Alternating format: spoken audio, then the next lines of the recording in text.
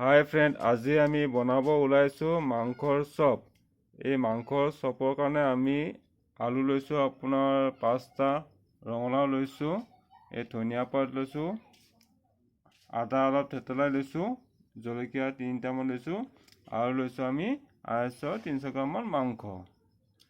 আমি প্ৰথমতে এই আলু ৰঙালাওখিনি বইল কৰিব লাগিব, তাৰপিছত আমি এই মাংসখিনি বইল কৰিব লাগিব।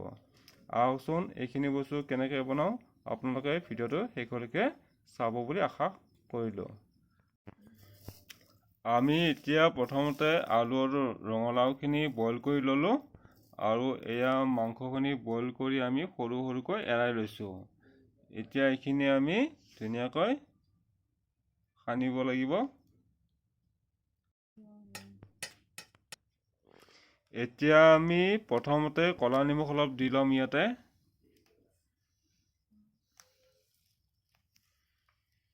তাৰপিছত আমি ধনিয়া পাত দি দিম।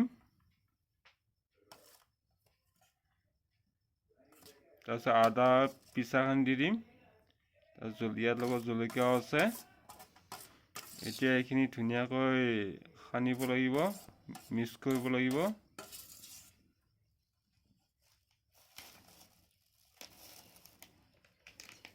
ইয়াত অলপ ৰেড চিলি পাউডাৰ অলপ দি দিম।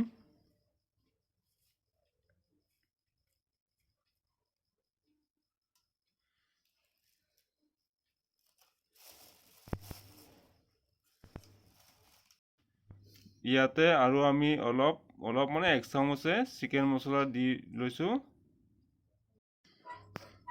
এতিয়া আমি এইখিনি ধুনীয়াকৈ সানি ল'ম। ধুনীয়াকৈ মিক্স কৰি সানিব লাগিব।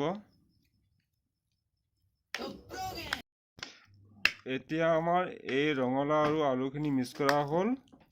ধুনীয়াকৈ আমি মছলা পাতি দি কিনে মিক্স কৰি দিলোঁ। এতিয়া আমি এই মাংস যিখিনি ৰেডি কৰিছিলোঁ ইয়াতে আমি অলপ নিমখ অলপ দিছোঁ। ইয়াতে আমি অলপ অৰেঞ্জ ৰেড কালাৰ অলপ মিক্স কৰি ল'ম। এতিয়া আমি এই কেৰাহীটো পাতি লৈছোঁ। এতিয়া গৰম হৈ গৈছে। এতিয়া আমি ইয়াতে অলপ ৰিফাইন তেল দি দিম।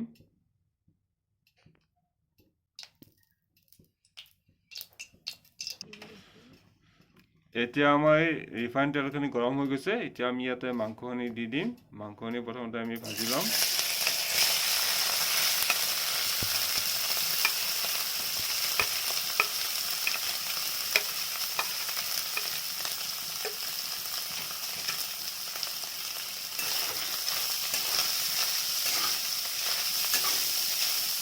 এই মাংসখিনি ভালদৰে ভাজি ল'ব লাগিব।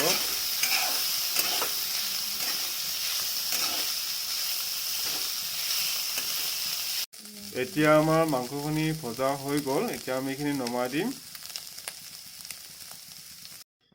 এতিয়া আমি এই আলু আৰু ৰঙালাও যিখিনি আমি সানিছিলোঁ ইয়াতে আমি মাংসখিনি ইয়াতে আমি মিক্স কৰি দিম।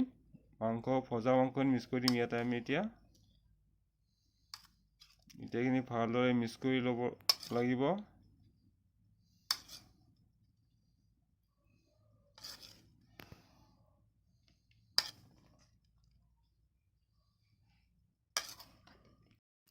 এয়া আমি মাংসখিনি আলুৰ লগত মিক্স কৰি আছোঁ। আলু ৰঙালাওৰ লগত এইখিনি ভালদৰে মিক্স কৰি ল'ব লাগিব।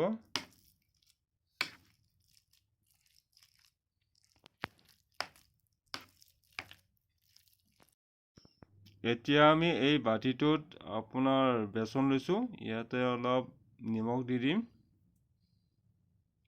তাৰপিছত ইয়াতে অলপ বেকিং পাউডাৰ দি দিম।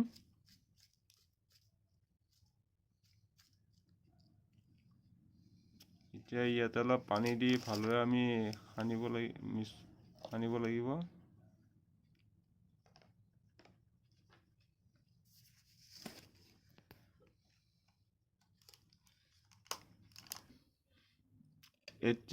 এতিয়া আমি ইয়াতে পানী অলপ দি দিম।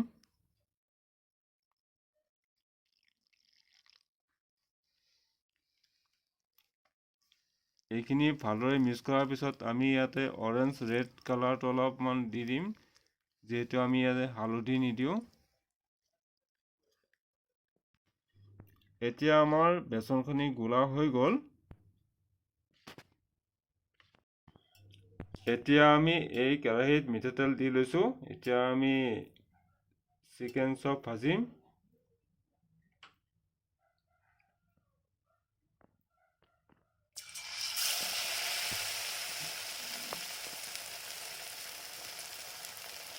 এতিয়া আমি চিকেন চপ ভাজি আছোঁ। এতিয়া চাইজটো হয়তো অলপ দেখিবলৈ বেলেগ হ'ব পাৰে দোকানত কৰি, যিহেতু আমাৰ ঘৰুৱা হয়, গতিকে আমি অকণমান বেলেগ চাইজত বনাইছোঁ আমি।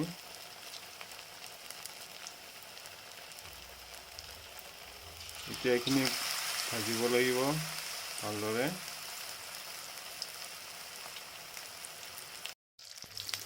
এতিয়া আমাৰ চিকেন চপখিনি ভজা হৈ গ'ল। এতিয়া আমি এইখিনি নমাই দিম।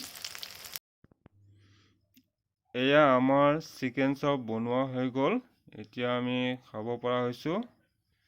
আপোনালোকে যদি আমাৰ ভিডিঅ'বোৰ চাই ভাল পায়, তেতিয়াহ'লে মোৰ চেনেলটো ছাবস্ক্ৰাইব কৰি দি কিনে সহায় কৰি দিয়ে যেন।